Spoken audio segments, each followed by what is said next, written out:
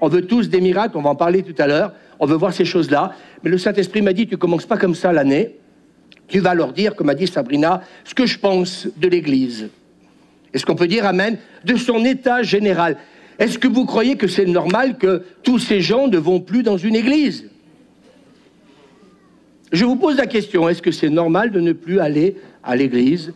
Alors que la Bible nous dit, le psaume 133, que c'est bon pour des frères et sœurs de demeurer ensemble. Ah ouais, mais bon, pasteur n'est pas parfait, ah, les gens, faut le supporter, etc. Ben écoutez, moi, le psaume 133, il me fait du bien, parce qu'il dit, c'est bon d'être ensemble. Alors, c'est toujours bon pour celui qui a une vision d'encouragement, d'exhortation. Est-ce qu'on peut dire amen? Et quand on vient dans cet état d'esprit, eh bien, on ne voit pas les gens comme peut-être l'ennemi voudrait nous le montrer, mais on voit les qualités. On voit les qualités, on s'encourage, on se fait des compliments. Est-ce qu'on peut dire amen? Alors, le Cantique des Cantiques, chapitre 5, verset 8, « Si vous rencontrez mon bien-aimé, que lui raconterez-vous » Ah, ouais, ce pasteur, il n'aime pas trop le Seigneur. Hein. Si vous le rencontrez, qu'est-ce que vous allez lui raconter sur moi? Dites-lui, si moi je ne l'ai pas encore rencontré, ou si je suis en train de le chercher pour le rencontrer, dites-lui une chose, que je suis malade d'amour. Et ce texte, dans cette version, dit, dites-le lui. Dites-le lui ce matin. Quelqu'un ne veut pas se lever de sa chaise et dire, Seigneur, je suis malade d'amour pour toi. Et tout le monde se lève, c'est magnifique, vous êtes extraordinaire. Je pense que je vais m'arrêter de prêcher. Vous ne me regardez pas, on est dans la présence de Dieu. Dites-lui si vous trouvez quelqu'un, vous allez trouver quelqu'un. Oh Suzanne, oh je cherche le Seigneur, mais toi tu l'as trouvé, mais moi je ne l'ai pas trouvé encore. Alors dis-lui Suzanne, que Louis, que Jérémie qui remonte son pantalon, dis-lui. Lui dire quoi? Oh, guéris-moi, bénis-moi, je suis pas bien, je suis fatigué. Non, dis-lui en premier. Dites-lui, dites au Seigneur que je suis malade d'amour et que je ne peux pas vivre sans avoir une communion permanente avec lui. Moi, je ne viens pas en réunion de prière, asseyez-vous. Moi, je suis bassiné, on va en réunion de prière, ça ne veut rien dire. Moi, je viens dans l'attente de la rencontre le matin. Ça coûte un max avec les journées que j'ai, mais je ne veux plus commencer ma journée sans passer, eh bien, un présentiel avec lui. Et ceux qui servent dans l'église, des fois, faites attention, parce que vous pouvez vous foutre, même les leaders, même les groupes de louanges, les intercesseurs, l'accueil, tout ce que vous voulez. Vous pouvez vous foutre le doigt dans l'œil, simplement parce que vous avez un titre dans l'église. J'en connais, moi, des gens, des leaders et des pasteurs, etc. Quand je regarde leur vie, vous voulez, je dis, il n'y a que des lamentations. Vous savez, si vous rencontrez quelqu'un qui est toujours en train de se lamenter, posez-vous la question s'il a un présentiel journalier avec Dieu. Est-ce que vous entendez ce que le Saint-Esprit veut nous dire dans cette nouvelle année 2023? C'est l'année des décisions. C'est l'année où Sabrina nous a dit par le Saint-Esprit que c'est le moment de servir Dieu. Alléluia. Est-ce qu'on peut dire Amen? Est-ce qu'il y a une faim pour la présence de Dieu comme jamais auparavant? Je voudrais poser la question. Le Saint-Esprit veut poser la question à l'Église. Amos, au chapitre 8, verset 11. Le jour vient, dit le Seigneur. Le jour vient. Et moi, je le prophétise ce matin. Dites-le avec moi, on va mettre ce texte-là. Le jour vient. Et ce jour est arrivé. Est-ce que vous pouvez dire avec moi, ce jour est arrivé? Dit le Seigneur, c'est pas moi qui le dis, j'enverrai la faim dans le pays. Les gens auront faim, mais non de pain. Ils auront soif, mais non pas d'eau. Ils auront faim et soif d'entendre ce que je dis. Est-ce qu'on peut dire entendre ce que Dieu a à dire à son Église?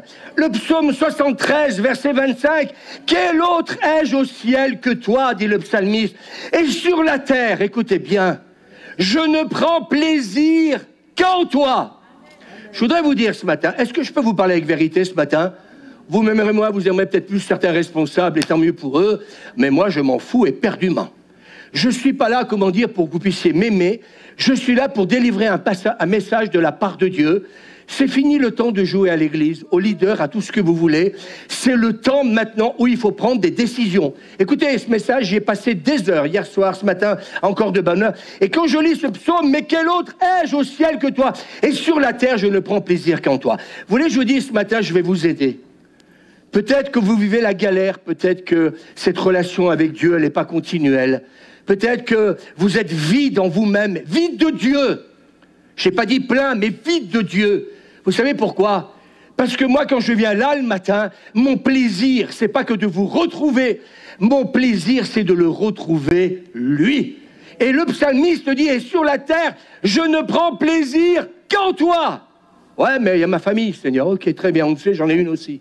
Ouais, mais j'ai mon travail, on en parlera tout à l'heure. Oui, je sais, on sait tout ça.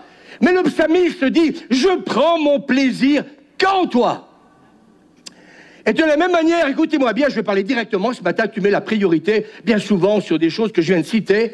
Comment ça se fait que tu ne mets pas la priorité pour Dieu? Moi, je te pose la question ce matin. C'est quand même étonnant. On met la priorité sur plein de choses dans la vie, le travail, la famille, et les loisirs, etc. Mais en fin de compte, est-ce que ton plaisir, il est en lui? Est-ce que vous m'aimez toujours? Vous avez le droit de moins m'aimer, je vous aime, mais ce matin, j'aimerais vous dire une chose, quand on va terminer cette sainte scène, j'aimerais dire, j'ai dit au Seigneur, quand j'ai vu que ce matin on chantait, c'était bien, mais j'ai dit, Seigneur, là, il faut intervenir, parce que ce matin, peut-être que tu veux la gloire de Dieu, peut-être que tu dis, ah Seigneur, guéris-moi, guéris-moi, peut-être que tu veux plein de choses, mais peut-être que c'est plein de choses que tu veux de Dieu, elles ne te sont pas accordées parce que tu ne prends pas toujours plaisir en lui. C'est aussi simple que ça. Et quand Sabrina, ce matin, témoigne, je me dis, waouh, elle est en train de lire dans mon esprit ce que Dieu m'a donné. Je continue. Aujourd'hui, il y a un nouvel esprit de louange et de réjouissance qui arrive dans l'Église. J'en suis convaincu. Et vous savez pourquoi il va venir? Pourquoi il va venir? Je viens de donner la réponse. Parce que l'Église va prendre son plaisir en lui. Est-ce qu'on peut dire amen? Écoutez-moi bien ce matin, cette semaine, quand j'étais en train de préparer le message, le Seigneur me disait, mais si mon église, non pas les 30-40%, prenait vraiment plaisir à Dieu, à ce Dieu qui nous aime, écoutez-moi bien ce matin, eh bien j'aimerais vous dire que la louange serait plus facile. J'aimerais vous dire que les choses seraient bien plus faciles au niveau de la guérison, au niveau des miracles et le reste. Mais je voudrais dire ce matin à plusieurs, quelle place a Dieu dans ta vie ce matin?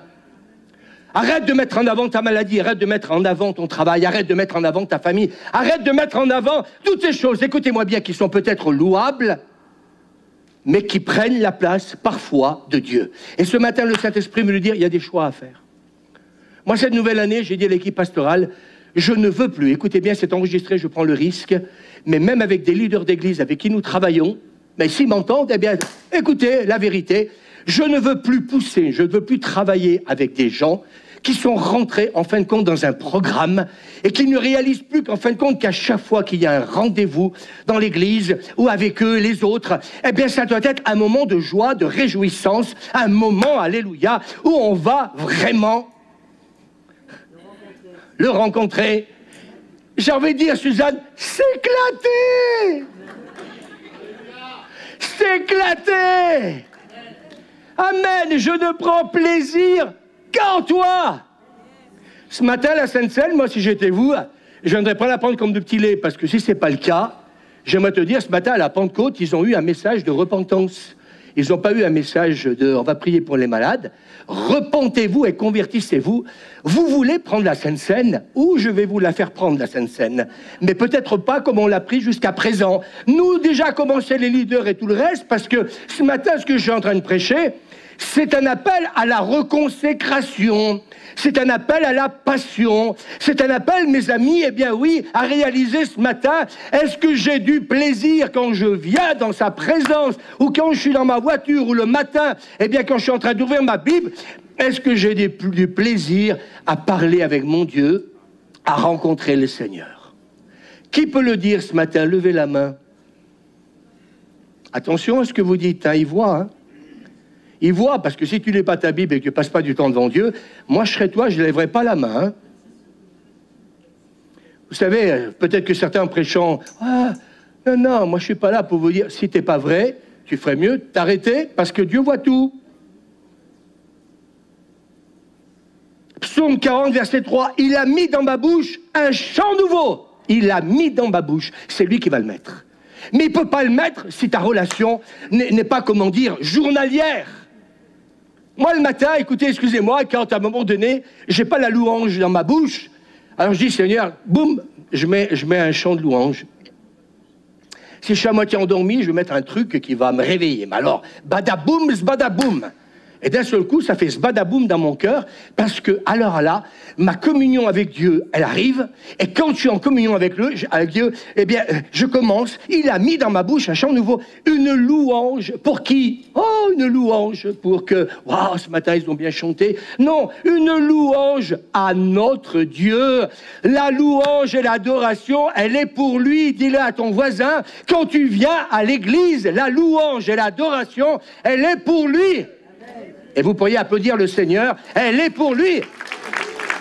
Le psaume 96, verset 1er, chantez, chantez. On ne devrait pas être obligé, écoutez-moi bien, quand j'ai une relation avec Dieu, qui est, comment dire, permanente tous les jours, eh bien le chantre, quel qu'il soit, il ne devrait pas dire à l'église, chantez. Il ne devrait pas dire à l'église, danser, taper dans les mains. On ne devrait pas le dire. Est-ce que quelqu'un est d'accord avec moi? C'est marqué. Chantez à l'Éternel, un cantique nouveau. Chantez à l'Éternel, vous, gens du monde entier. Avec un entier ou pas, mais chante. Alléluia. Si tu l'as oublié ce matin, eh bien, que ça ne t'empêche pas de chanter. Dieu n'aura pas une dent contre vous, vous inquiétez pas. Chantez à l'Éternel, bénissez-le. Bénissez-le. Oh, bénis-moi, mon Dieu. Non, bénissez-le, il faut que ça change. Amen. Je ne viens pas à l'église pour dire bénis-moi, on est les bénis, oui, oui. Non, bénissez-le. Amen. Commence par ça déjà. Arrête de parler de ta maladie, ta fatigue, je dirais de ton chômage ou du reste. Bénis l'Éternel. Avec les autres, l'Éternel est grand et digne de louange. Et le peuple dit amen, que le ciel soit en joie et que la terre exulte d'allégresse devant l'Éternel, non pas devant le pasteur, les leaders, devant l'Éternel, exulte d'allégresse devant l'Éternel. Vous savez pourquoi? Parce qu'il vient. Parce qu'il vient.